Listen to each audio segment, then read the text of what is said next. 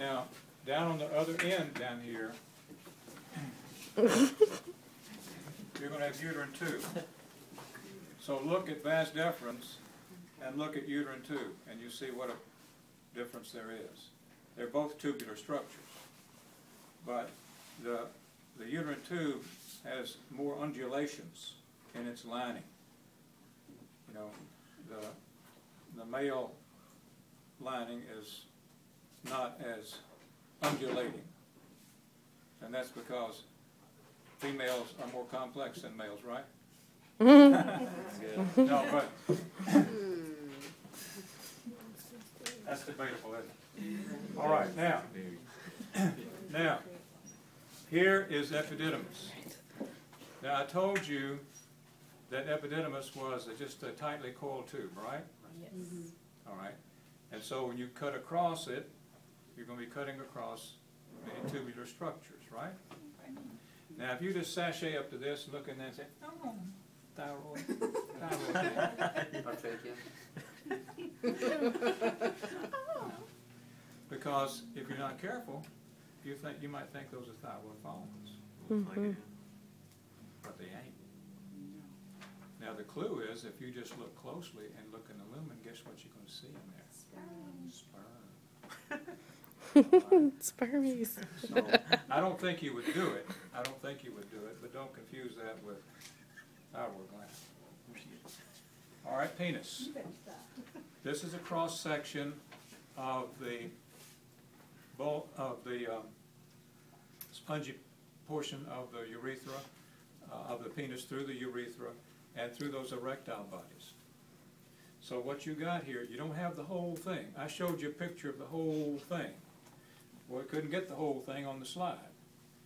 But if you look in here, you'll see two erectile bodies above and one just below, just like this little picture right here. And which one is the urethra going to be in? The lower one. The corpus spongiosum. So you got to know the names of these things. Corpora cavernosa. Okay, if you're talking about just one, it's a corpus cavernosum, but they're dual, so they're corpora cavernosa, and this is the corpus spongiosum. Urethra's in there, you can see it. Okay, this one here, this is a problematic slide. It's supposed to show you bull sperm, and if I've refocused this thing once, I've refocused it 1,000 times. It's hard to keep it in focus. It's just showing you sperm, but you know what sperm look like. In fact, there's a model sperm on the end. See that thing right there? You would recognize that as sperm, would you not? Yes. I didn't show you the parts of the sperm today, but I will show you later the parts of the sperm, but that's a model one. All right, this here is vagina. If you look close at this epithelium, you'll see it's stratified squamous.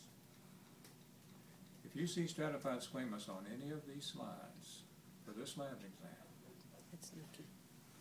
it's going to be vagina. It's non-keratinized, stratified squamous epithelium. All right. This one here is uterine, part of the uterine wall. So it's showing you the endometrium and part of the myometrium. Now, the pointer is showing you where endometrium joins myometrium. The pointer is between the two. So, and I think you can see lumen above. Let me see.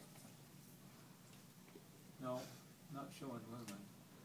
Let me see if I can get it up there. But if I do, I can't get the pointer in the right place. But so I'll put it back where it was. Anyway, the bottom part is dense. Those are muscle fibers all packed together. So that's the muscle part. The more loosely arranged top part is endometrium. And then this is uterine tube or fallopian tube or oviduct, whichever name you like to call it.